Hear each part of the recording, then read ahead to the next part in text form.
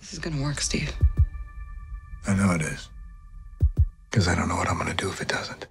If you decide to bring back characters, maybe, will the emotional impact of the snapping maybe kind of taken back to a certain... I mean, obviously we're not going to discuss the plot in any way, and all we'll say is that, you know, we commit to stakes, and that if you watch all of our films, that the ramifications of each film, the previous, you know, sort of climactic moments then inform each movie moving forward.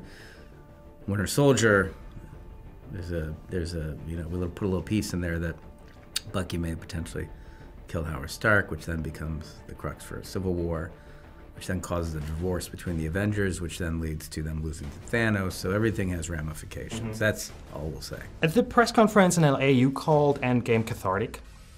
How much power do you actually have to bridge the gap between, let's say, happy endings and real stakes, as you said it, opposed to the writers? If they made decisions and you are directors, like, how do you bridge that gap?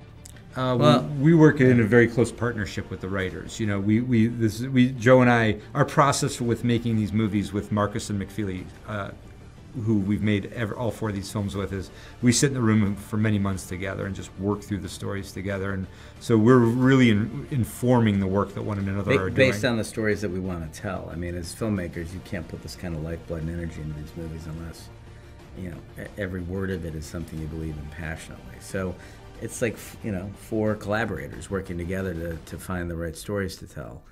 And you know, hopefully we found the right story in this one. We're proud of it. We'll see how the audience feels about it. Joe, with Infinity War, you had to cut your cameo. That's right. Now we're looking at 182, 181 minutes of storytelling. Was there enough time for your cameo this time? I'm always the first thing we cut. So that's, I don't know. We'll have to wait and see again. That's part of the. It's protected within the secret that is Avengers Endgame. You could not live with your own failure. Where did that bring you?